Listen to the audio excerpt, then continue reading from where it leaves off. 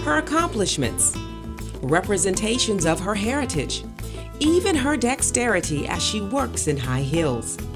These are just a few things you notice about Dr. Lilia Chavez when you visit her in her office on the Merritt campus.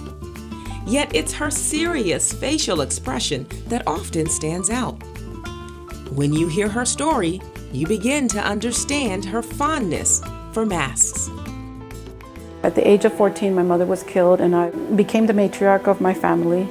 I raised 2 sisters, adopted 1, and then I had my own children. My siblings have been in and out of jail, both female and male. My seriousness comes from not knowing if I'm going to eat tomorrow, not having a mother, not having a father, wanting to help all your siblings, but you know there's some that you can't. The suicide of one of her 14 siblings, along with trying to survive in a Bay Area community impacted by drugs and violence, led to her seeking a higher education for change. I think that when you go through live in poverty and there's violence in your community, that also has an impact on how you learn. So I had a different learning style. I needed more tools. I needed added support. And it was embarrassing at first, but as time went, I started to understand that this is just what I need to really move forward. Dr. Chavez says the support from PACE, a program for adult college education at Berkeley City College, was life-changing. She would eventually end up working for the program as a counselor and recruiting relatives into it. I went to PACE because I just wanted a degree. I needed to show that I knew something, that I could write, that I could read, that I could think. And I was overlooked on promotions because I didn't have the degrees. And I got sick of it. So this is what I got tired of being looked over.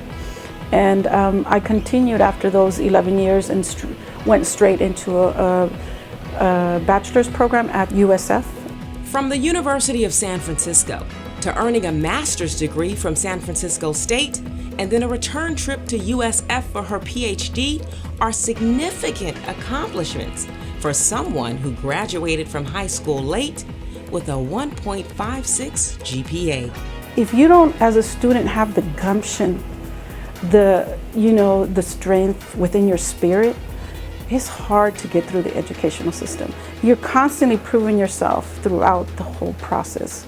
And that has been my experience. I don't think that it's everybody's experience, but I think coming from poverty, you already come with a deficit mindset of, I can't, I won't, but somehow I could. She believes she stepped into her destiny, helping students, when she landed in the field of education, something she doesn't take lightly. If more of us had the opportunity to really seek the education or a path that we choose, I think that we would be in a better place. I think that the healing would be much greater.